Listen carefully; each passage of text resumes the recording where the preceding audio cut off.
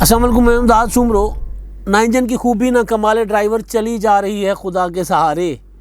وزیر اعظم عمران خان صاحب کی معاشی ٹیم کے نئے سربراہ، وہ جو نئے جادوگر عمران خان صاحب لائے ہیں، شوکت ترین، انہوں نے بتا دیا ہے کہ عمران خان صاحب کی حکومت کی معاشی پالیسیاں ناکام تھیں۔ ملک میں مہنگائی، بے روزگاری، جو عالم ہے معیشت کا، وہ وزیر اعظم عمران خان صاحب کی پونے 3 سالہ کارکردگی کی وجہ سے ہے۔ ناکام رہی ہے حکومت، اور کل ملا کے اگر بات کی جائے، ان کی بات کا ترجمہ کیا جائے، ان کو اپنے الفاظ میں بیان کیا جائے، تو وہ یہ ہے کہ ان کو کچھ بھی نہیں کرنا آ رہا تھا۔ انہوں نے معیشت کا بیڑا غرق کر دیا ہے، اور اب اگر G D P growth rate 5% پہ نہ لے کر جایا گیا تو پھر 4 سالوں کے اندر ملک کا خدا حافظ۔ یہ کہا ہے شوکت ترین نے، کوئی اپوزیشن کا بندہ نہیں کہہ رہا، کوئی انڈیپینڈنٹ معاشی ماہر نہیں کہہ رہا، کوئی وہ جو زیدی صاحب تھے، شبر جو تھے لگائے تھے عمران خان صاحب نے FBR میں، جو وہ آج کل باتیں کر رہے ہیں، یا فاروق سلیم صاحب باتیں کر رہے ہیں، یہ وہ والے لوگ بات نہیں کر رہے، یہ بات کر رہے ہیں عمران خان صاحب کے موجودہ معاشی جادوگر سمجھ کر لائے نا عمران خان صاحب شوکت ترین صاحب کو، تو وہ کہہ رہے ہیں۔ انہوں نے وزارت سنبھالنے سے پہلے، جب ان کا نام آیا تھا، جب حفیظ شیخ صاحب کو عمران خان صاحب نے بائے بائے ٹاٹا کہہ دیا تھا، تو اس کے بعد جب ان کا نام آ رہا تھا تو شوکت ترین صاحب نے تب بھی کہا تھا کہ معیشت کا بیڑا غرق ہو چکا ہوا ہے، معیشت ان کو چلانی نہیں آئی، انہوں نے تباہی کر دی ہے۔ وہ مختلف ٹی وی ٹاک شوز میں، مختلف پروگرامز میں، اپنے انٹرویوز میں یہ کہتے رہے، اور اب جب وہ وزیر خزانہ بن گئے اور اس کے چارج لینے کے بعد انہوں نے ایک میٹنگ قائمہ کمیٹی کے اجلاس میں کچھ اعداد و شمار، کچھ حقائق بتائے ہیں، اور وہ حقائق چیخ کر یہ کہہ رہے ہیں، ان کی باتیں چیخ کر یہ کہہ رہی ہیں کہ وزیر اعظم عمران خان صاحب جو کہہ رہے ہیں نا کہ معیشت اٹھ رہی ہے، وہ جھوٹ ہے، وہ غلط بیانی کر رہے ہیں، معیشت بیٹھ رہی ہے۔ وزیر خزانہ کا یہ کہنا کہ اگر ہم G D P growth rate 5% پر نہیں لے کر جائیں گے تو پھر 4 سالوں میں ملک کا اللہ حافظ، اس کا مطلب یہ ہے کہ بیڑا غرق ہو چکا ہوا ہے معیشت کا، اور وزیر اعظم صاحب کچھ اور بتا رہے ہیں۔ اب جو شوکت ترین صاحب نے باتیں کی ہیں موٹی، اور ہم کوئی معاشی ماہر نہیں ہیں، معیشت کا پتہ بالکل اتنا سا ہے کہ جس طرح گھر کی معیشت چلائی جاتی ہے، لیکن کیونکہ ملک کی معیشت عموماً ہر بندے کا اس میں انٹرسٹ ہوتا ہے، تو اتنا انٹرسٹ اپنا بھی ہے۔ یہ باتیں عام سی باتیں ہیں، ان باتوں کو سمجھنے کے لیے کوئی عربی یا فارسی کی ضرورت نہیں ہے۔ جو باتیں شوکت ترین صاحب نے کی ہیں، اور وہ میں گزارش کرتا ہوں چند باتیں اس پر پھر بات کرتے ہیں۔ انہوں نے کہا ہے کہ جناب IMF کے ساتھ بجلی کی قیمتوں میں اضافے، IMF کا بجلی کی قیمتوں میں اضافے کا مطالبہ ناجائز ہے، اس سے معیشت کا پہیہ نہیں چل رہا، اور بجلی کی قیمتوں میں اضافے سے کرپشن بڑھے گی، اور جی ڈی پی والی بات میں نے بتا دی۔ انہوں نے کہا کہ IMF کو سمجھانے کی کوشش کر رہا ہوں کہ گردشی قرضے کم کریں گے، مگر ٹیرف بڑھانا سمجھ سے بالاتر ہے،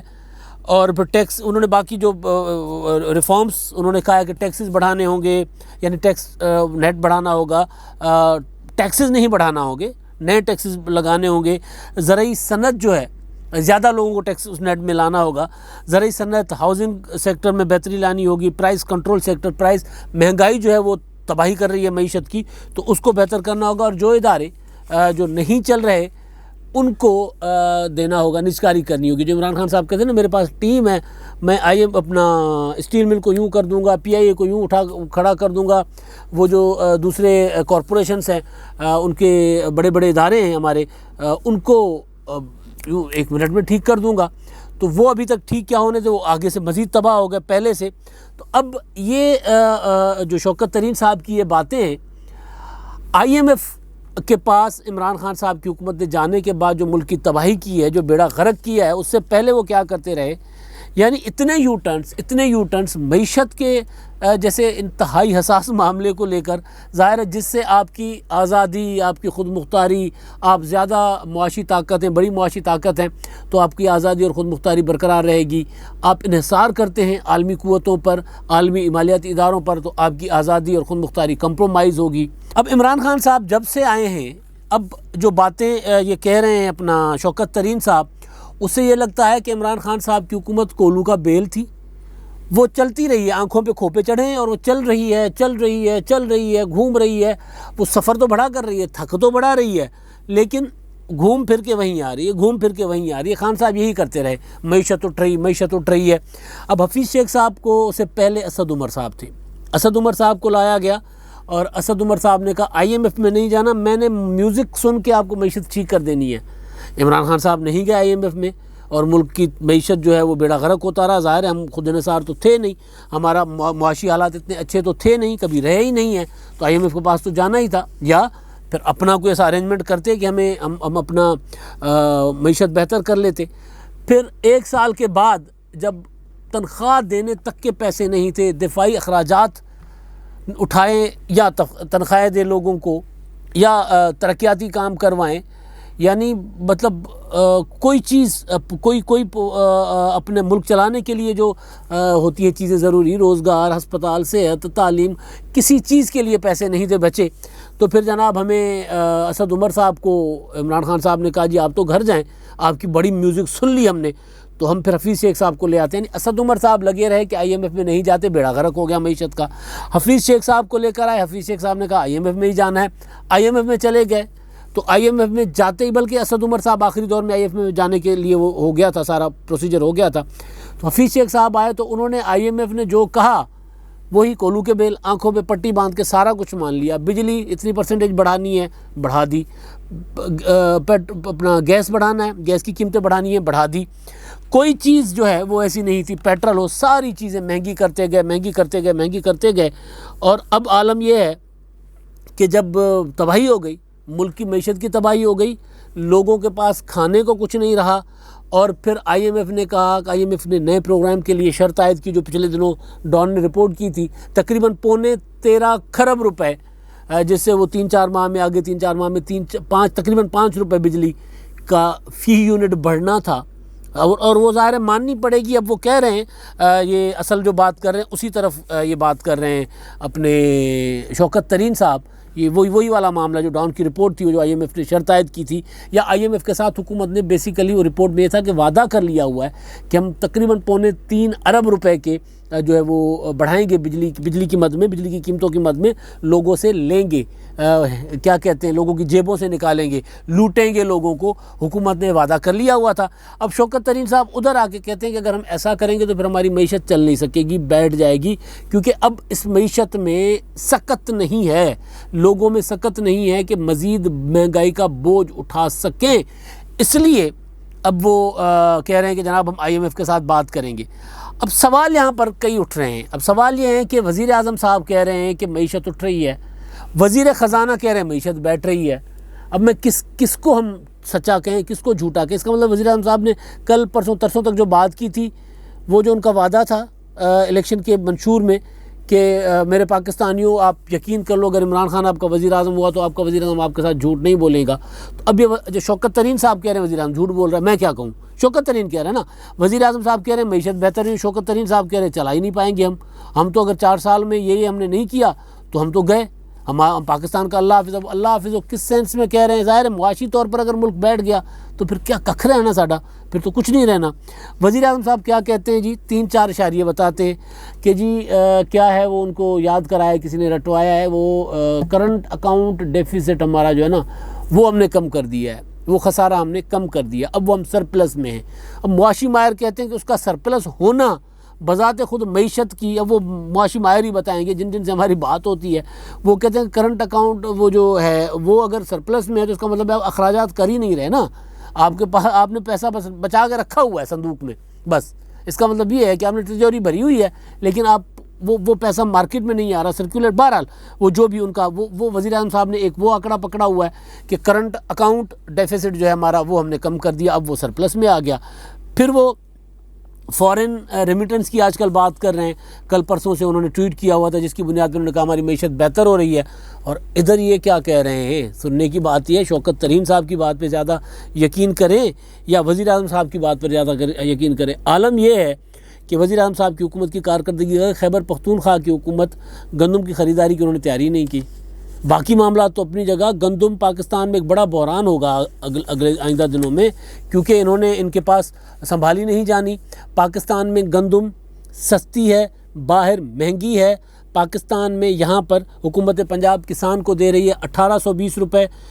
سندھ کے علاوہ باقی ساری حکومتیں دے رہی ہیں 1820 روپے, سندھ میں 2000 روپے میں ہے, اور افغانستان میں وہی گندم ڈبل ریٹ پر چلی جاتی ہے. تو آپ گندم سنبھال ہی نہیں سکیں گے, آپ کے پاس آ جا کے خوراک تھی، چینی میں آپ نے لوگوں کو لائنوں میں لگا دیا ہے، اب آپ نے گندم میں لوگوں کو،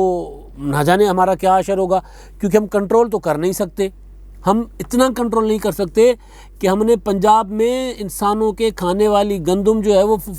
پولٹری فارمز کو دے دی، اور اس کے بعد آٹے کی لائنیں لگوا دی ہم نے، اور آٹا جو ہے وہ 35 روپے سے ہم نے 80-85 روپے کر دیا۔ ہماری اپنی کارکردگی یہ ہے، تو اب گندم تک ہم سے سنبھلے گی نہیں۔ اور عمران خان صاحب جو آنکڑے، جو اشاریے بتاتے ہیں، جو اعداد و شمار بتاتے ہیں، وہ اعداد و شمار کو ردی کی ٹوکری میں پھینک دیا ہے عمران خان صاحب کے وزیر خزانہ نے۔ تو کس کی بات پہ یقین کریں، کس سے وہ مطلب کیا سمجھیں کہ عمران خان صاحب کی حکومت کر کیا رہی ہے؟ اب 3.25 سال گزرنے کے بعد آپ سوچیں کہ وزیر خزانہ کہہ رہے ہیں کہ ان کو کچھ نہیں کرنے آیا، اب کچھ نہیں کرنا آیا، اب باقی بچ گئے ہیں ان کے پاس 2.25 سال۔ اب یہ 2.25 سال میں کیا کریں گے سوچیں، جس میں انہوں نے جو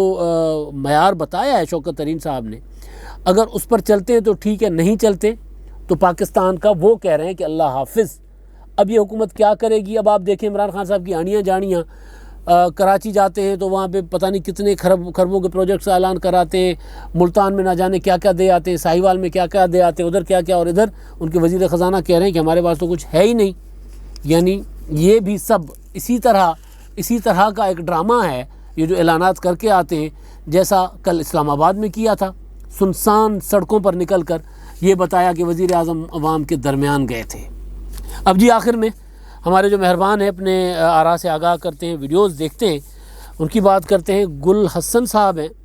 وہ کہتے ہیں کہ Imran Khan N R O کا لفظ بار بار استعمال کرتے تھے، اب این آر او کہنا کم کر دیا، اب اپوزیشن سے این آر او مانگ رہا ہے۔ آپ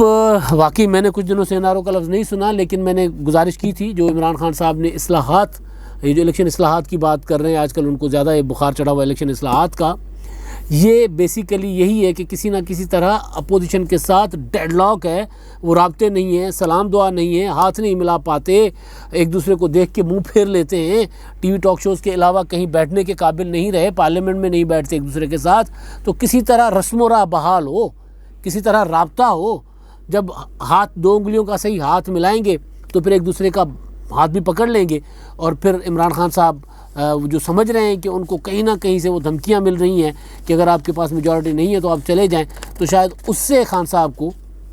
ریلیف مل جائے، وہاں سے کچھ بچت ہو جائے، جیسے 2014 میں مسلم لیگ نون بچ گئی تھی اپوزیشن کی سپورٹ لے کر، تو اسی طرح کی سپورٹ عمران خان صاحب لینا چاہ رہے ہیں، اس لیے این آر او دے نہیں رہے۔ بات ٹھیک ہے کہ این آر او مانگنے کی کوشش کر رہے ہیں۔ محمد اکرم صاحب ہیں، وہ کہتے ہیں جی اسسٹنٹ کمشنر سرکاری فرائض انجام دہی میں کمی کوتاہی کرے تو وہ اپنی جگہ، مگر اسے بازاری زبان میں جواب طلبی اور سرزنش قابل مذمت ہے۔ بالکل جی، میں نے بھی گزارش یہی کی تھی بھائی کہ ہو سکتا ہے سونیا صدف جو اسسٹنٹ کمشنر ہیں ان کی غلطی ہو، ان کی کوتاہی ہو، آپ ان سے جواب طلبی کریں۔ آپ اگر آپ کو حکومت کی ریپریزنٹیٹیو ہیں، معاون خصوصی ہیں وزیر اعلیٰ کی، بے شک اطلاعات پہ چلیں، آپ وہاں گئی تھیں، آپ کو لگا چیز ٹھیک نہیں ہے تو آپ ان کے خلاف ایک رپورٹ کر دیتی، آپ ان کو وہاں ان کے دفتر میں، اپنے دفتر میں بیٹھ کر ان سے بات کرتی کہ آپ اپنا کام ٹھیک کریں۔ یہ کوئی طریقہ نہیں ہے کہ سر عام گالیاں دینا اور یہ کہنا کہ کس فلاں نے لگایا ہے تم کو، یہ کوئی نہ ہے اپنا سیاست ہے، نہ یہ خدمت ہے، بس یہ اپنے آپ کو نمایاں کرنے کی ایک عادت ہے، جو میں نے پہلے بھی بتایا تھا نا کہ جو کبھی وہ کرکٹ کے وہ پہن کے بیٹ بال اٹھا کے کبھی وہ کرکٹ کھیل رہی ہوتی ہیں، کبھی وہ فٹ بال کھیل رہی ہوتی ہیں، کبھی وہ اینٹیں توڑ رہی ہوتی ہیں، کریں بالکل، اس میں کوئی شک نہیں ہے، لیکن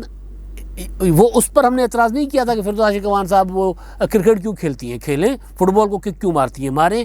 یا یہ اینٹیں کیوں توڑتی ہیں، توڑیں بھائی، لیکن گالی تو نہ دیں کسی کو۔ اپنے آپ کو نمایاں کرنے کے لیے دوسرے کی توہین کرنا، دوسرے کی تضحیق کرنا، اور وہ بھی ایک خاتون سرکاری افسر ہمارے یہاں آج، اور اس کے بعد فردوس عاشق صاحبہ کہتی ہیں کہ اگر یہ گرمی اور سختیاں نہیں برداشت کرتی تو پھر عوامی سے اس میں نہ آئیں۔ بھائی کیوں نہ آئیں؟ کس نے آپ کو کہا کہ وہ گرمی اور سردی، جو سی ایس ایس کر کے کمیشن پاس کر کے جو بچے آتے ہیں، چاہے وہ لڑکا ہے چاہے لڑکی ہے، وہ اتنی محنت کر کے آتے ہیں۔ ہاں یہ ضرور ہے کہ پھر آپ جیسے پولیٹیکل لوگ جو ہیں نا، ان کو پھر خراب کر دیتے ہیں، پولیٹیکل ہوں یا نان پولیٹیکل ہوں. زیادہ تر نان پولیٹیکل ہوتے ہیں. آپ تو پولیٹیکل ہیں بھی کہ نہیں، اس پر بھی بڑا سوال ہے نا. تو بہرحال سوال یہ جواب بھی بات یہ ہے کہ وہ فردوس ہاشم قوان صاحبہ نے کوشش یہ کی تھی نمایاں ہونے کی کہ جناب میں کسی نہ کسی طریقے سے خبروں میں رہوں، لیکن اب اس طرح کی خبروں میں آ گئی ہیں کہ انہوں نے جو وضاحت دی وہ وضاحت بھی کوئی قبول کرنے کو تیار نہیں ہے. جواب طلبی نہیں تھی، یہ سونیا صدف کی توہین نہیں تھی، فردوس ہاشم قوان صاحب نے اپنی حکومت کی توہین کی ہے. اب تک کے لیے اتنا ہی. اللہ حافظ.